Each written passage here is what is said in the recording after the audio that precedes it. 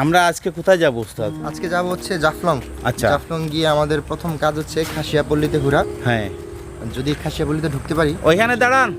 খাসিয়াপল্লিতে হ্যাঁ ঘুরবো। হ্যাঁ তারপরে যাব হচ্ছে আমরা মায়াবী ঝর্ণা, যেটা জাফলং ঝর্ণা নামে পরিচিত। হ্যাঁ। আর মায়াবী ঝর্ণা ঘুরে দেখা শেষ করে বিকেলের সময়টা আমরা কাটাবো লালাখাল। ওকে, তাহলে ভিউয়ার্স চলেন আমাদের সঙ্গে আজকের দিনটা চালু হয়ে যাক।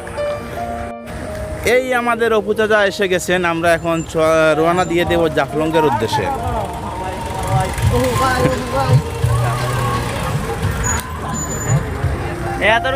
আমাদের গাড়ি চলে আসছে, ওই গাড়িতে করে আমরা এখন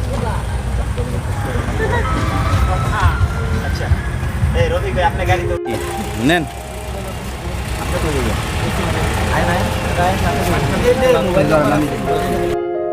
আসসালামু আলাইকুম রহমতুল্লাহি বারাকাতু। ভিউয়ার্স কেমন আছেন সবাই? আশা করি ভালো আছেন। আমরাও আলহামদুলিল্লাহ অনেক ভালো আছি। আজ থেকে শুরু হতে যাচ্ছে জাফলং পর্ব। এই জাফলং পর্বে আমরা জাফলং যাব, খাসিয়াপল্লিতে যাব এবং অনেক আনন্দ উল্লাস করব, সেগুলো তুলে ধরবো আপনাদের সামনে এবং জাফলং সম্পর্কে কিছু কথা বলবো। আশা করি আমাদের সঙ্গে থাকবেন, উপভোগ করবেন সম্পূর্ণ ভিডিওটি জুড়ে। তাহলে চলেন আমরা রওনা দিয়ে দেব জাফলংয়ের উদ্দেশ্যে।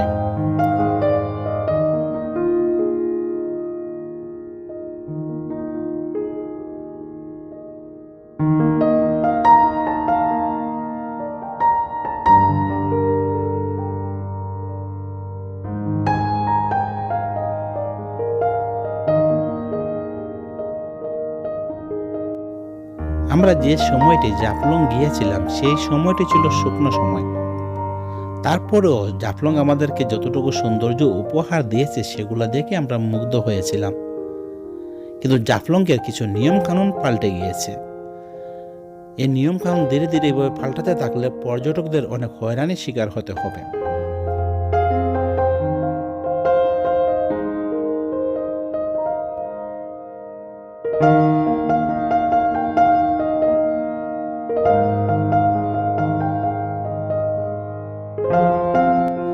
সিলেট থেকে জাফলং যাওয়ার পথে যে রাস্তাটি পড়েছে সেই রাস্তাটি মন কেড়ে নেওয়ার মতো।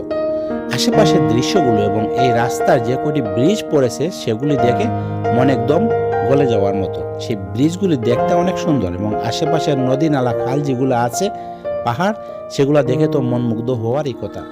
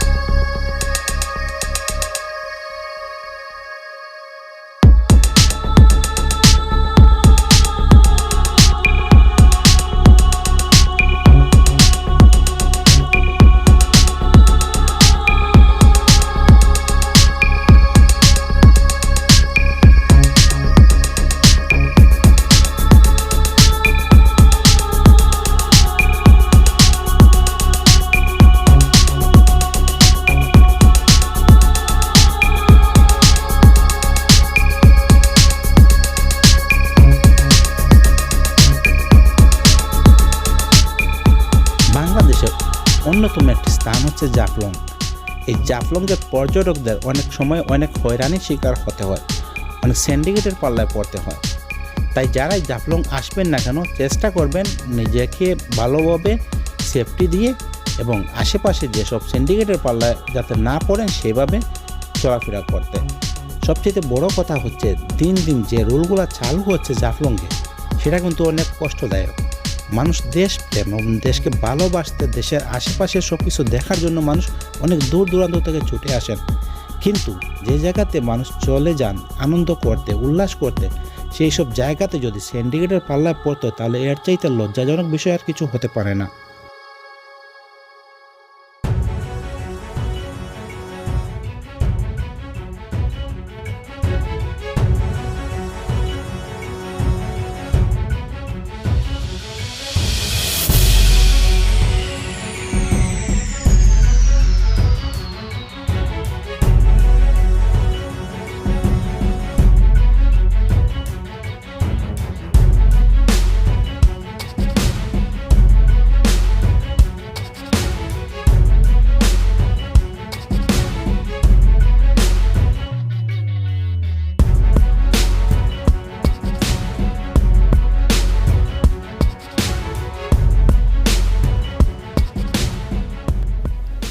এবং জাফলং যারা ফ্যামিলি নিয়ে আসবেন তারা সবসময় একটু হুঁশিয়ার থাকতে হবে।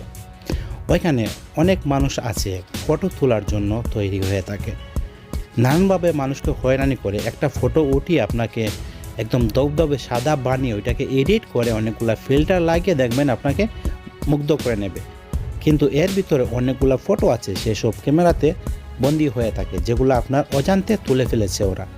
তাই যারা ফ্যামিলি নিয়ে আসবেন জাফলংয়ে খুবই সাবধানতা অবলম্বন করবেন এবং যারা ফটো তুলে তাদেরকে একদম কাছেই আসতে দেবেন না। নিজের সাথে যেসব ক্যামেরা থাকে সেগুলো দিয়ে ফটো উঠাবেন। আর যদিও কখনো বাই চান্স কারোর সঙ্গে কথা হয় ফটো উঠিয়ে দেওয়ার জন্য, তাহলে খুবই সাবধানতা অবলম্বন করে আপনারা ফটোগুলো উঠাবেন।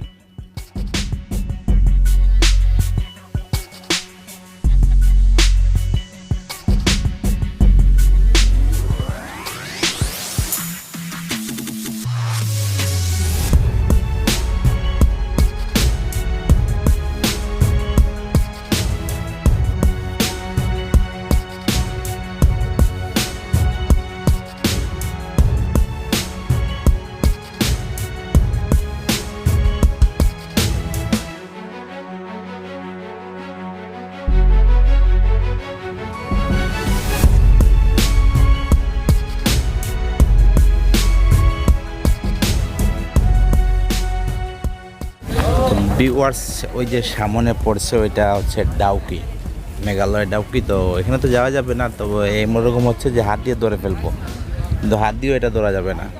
তারপর দৃশ্যটি অনেক সুন্দর, আশা করি এনজয় করবেন আপনারা। ভিউয়ার্স, আমরা অবশ্যই চলে এসেছি জাফলং, আশা করি আপনারা আমাদের সঙ্গে থাকবেন এবং এনজয় করবেন। এখানে যতটুকু সম্ভব হয় ভালো কিছু তুলে ধরার চেষ্টা করব আমরা। মানুষের ঢল নামছে ওইখানে, প্রচুর মানুষের আনাগোনা।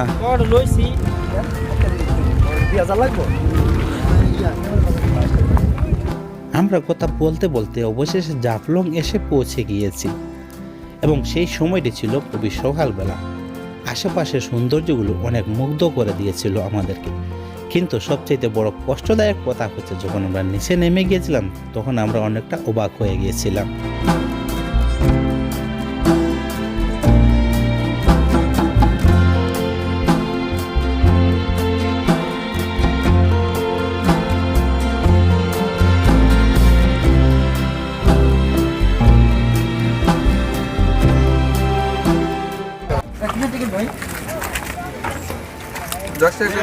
সারাদিন ব্যবহার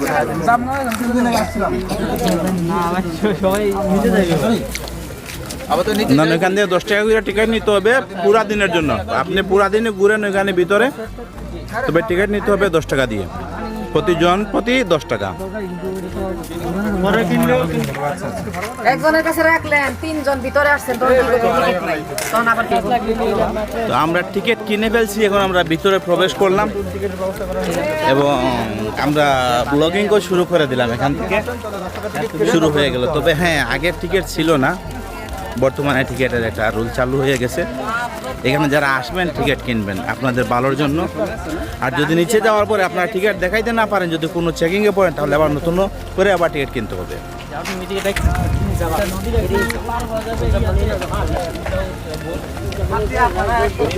তবে এই সময়টা পারফেক্ট না, এই সময়টা এখন বর্তমান যে সময়টা, এই সময়টা পারফেক্ট না।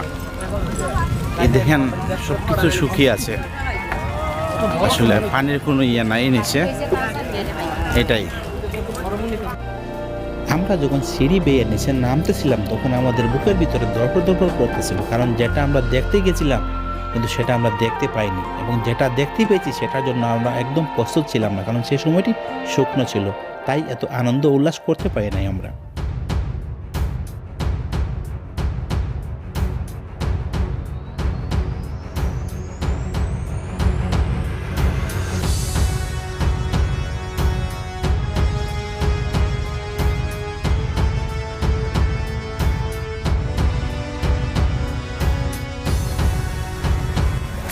ভিউয়ার্স, আমরা এখন চলে আসছি 0 পয়েন্টে। আর 0 পয়েন্টে এসে আমরা এখন এখানে যা দেখতেছি আসলে পানি নেই, শুকনা। তবে এখানে কিছুটা আনন্দ উপভোগ করা যাবে, এতটুকুই, শুধু পাথর।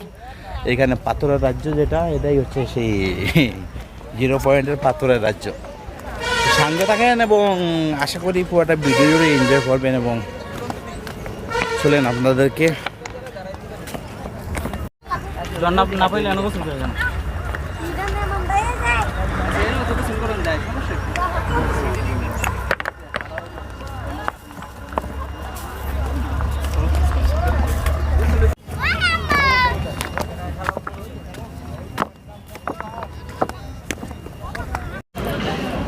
বর্ষাকালে এগুলাতে পানি থাকে, এইভাবে হাঁটা যায় না। এখন তো শুকনো মৌসুম, সেজন্য হাঁটা যাচ্ছে এবং দেখার মতো এত ভালো কিছু নেই। তবে ওই জায়গাটি অনেক সুন্দর অনুভব হচ্ছে। দেখেন কত সুন্দর একটি ভিউ আসছে।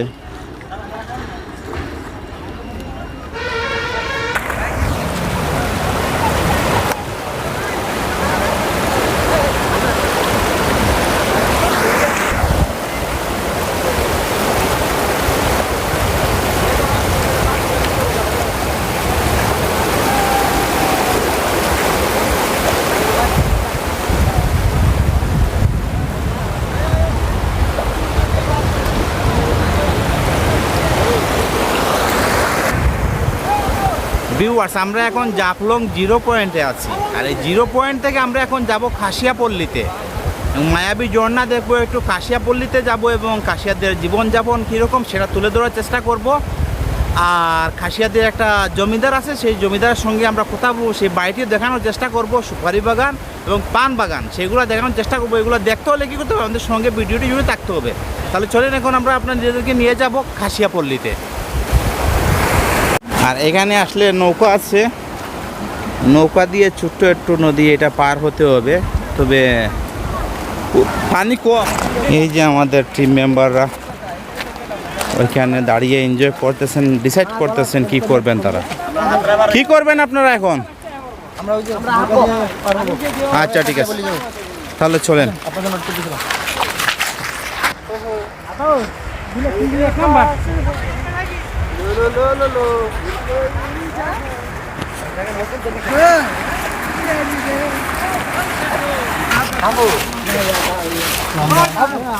নৌকাতে এটা পার হব। নৌকা দিয়ে পার হয়ে 10 টাকা করে প্রতিজন। এই নৌকা দিয়ে পার হয়ে আমরা খাসিয়াপল্লিতে যাব। কম থেকে 10 টাকা। এই যে নৌকাতে ভাই, আপনি কি করছেন এখানে? আমি ওইখানে ব্লগ করতেছি ভাইয়া। আচ্ছা আচ্ছা, ব্লগ কেমন হইতাছে ব্লগগুলো আপনার? খারাপ, খুবই খারাপ, ভালো না। কেন, কি সমস্যা, মানে কি কারণে? ভালো ভিউ আসতেছে না। এটা কি রোদের কারণে? হ্যাঁ, তাহলে তো আমার চেহারাটা ভালোভাবে বোঝা যাইতাছে না। না বোঝা যাইতেছে, আপনার একদম হিরোর মতো লাগতেছে। তাহলে ভিডিও করতাম না। তো আমরা এখন নৌকা দিয়ে পার হচ্ছি, পার হয়ে ইনশাআল্লাহ আমরা আপনাদেরকে দেখাবো ওই পারে কি আছে। ভালো মানে আলাসান ভাই, জি ভাই, অনুভূতিটা কি নৌকা চড়ে? তাই সুন্দর নদী পার লাইলাখাল যাইতেই কি নদী জানি পিয়াং নদী পার। খাসিয়াপল্লি 1 ঘন্টার বেশি ঘোরা যাবে না, পানিগুলো খুব সব। খাসিয়াপল্লি 1 ঘন্টা, আর গোসল 1 ঘন্টা। যাইতে একটা ভালো। হ্যাঁ, থ্যাংক ইউ। নাম হচ্ছে পিয়াং নদী। তো আমরা নৌকা দিয়ে পার হয়ে গেছি। এই দেখেন আমাদের সঙ্গীরা আসতেছেন নেমে। ভিউয়ার্স, আমরা নদী পার হয়ে গেছি। এখন নদী পার হয়ে এখন আমরা খাসিয়াপল্লিতে যাব এবং সেখানে সৌন্দর্য কী আছে সেটা তুলে ধরার চেষ্টা করব। এই নদী পার হয়ে যাওয়ার পরে এখানের ভিউটা ওইরকম। এই সামনে কাশিয়াপল্লি। ভিউয়ার্স, ওই যে দেখা যায় ওইটা হচ্ছে মায়াবী ঝর্ণা। বর্তমানে এই ঝর্ণাটি একদম মৃত বলে চলে, এটাতে পানি আসতেছে না, এখন সিজন টাইম না। একটু বাম দিকে ঘুরে গেলে ওইখানে আছে খাসিয়াপল্লি। এখন আমরা খাসিয়াপল্লিতে সোজা উঠে যাব এবং এখানে দেখি কি আছে। এই পাথর বেয়ে বেয়ে এখন উঠতে হবে খাসিয়াপল্লির গলিতে।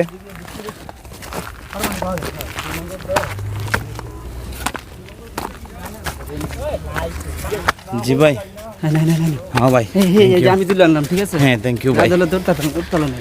এই যে উঠে গেছি আমরা এখন। ভিউয়ার্স, জাফলং পর্বটি অনেক বড় হওয়াতে আমরা 3 পর্বে ভাগ করে আপনাদের সামনে নিয়ে আসব। আশা করি পরবর্তী পর্বগুলো দেখার জন্য আমাদের চ্যানেলটি সাবস্ক্রাইব করে আমাদের সঙ্গে থাকবেন। একদম এইদিকে ঢুকছে তারাটা একদম গাছের সেন্টার দিয়ে বাইর হয়েছে। এর পাতাগুলি দেখতে অনেক সুন্দর এবং এখানে ভিতরে পরিবেশটা অনেক ভালো। এই পরিবেশ আপনারা ছবি তুলছেন আচ্ছা ঠিক আছে। এই যে অনেক সুন্দর একটি টিয়া পাখি। খাওয়ায় কমলা খায় না কিন্তু টিয়া পাখি ঠিকই কমলা খায়। ভিউয়ার্স মাশাআল্লাহ আমাদের কষ্টরই সার্থক হয়ে গেছে। যতটুকু হেঁটে আসছি আমরা এখানে এসে একদম যেখানে একটা প্রজাপতি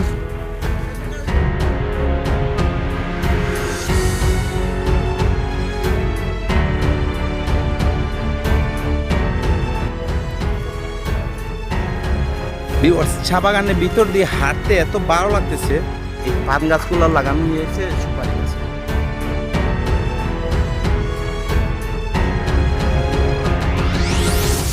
আরে ভাই রাখে বিসমিল্লাহ বলে না। ভিউয়ার্স এই দেখেন কাশিয়াদের বাড়ি কিভাবে বানানো হয়, কত সুন্দর বাড়ি।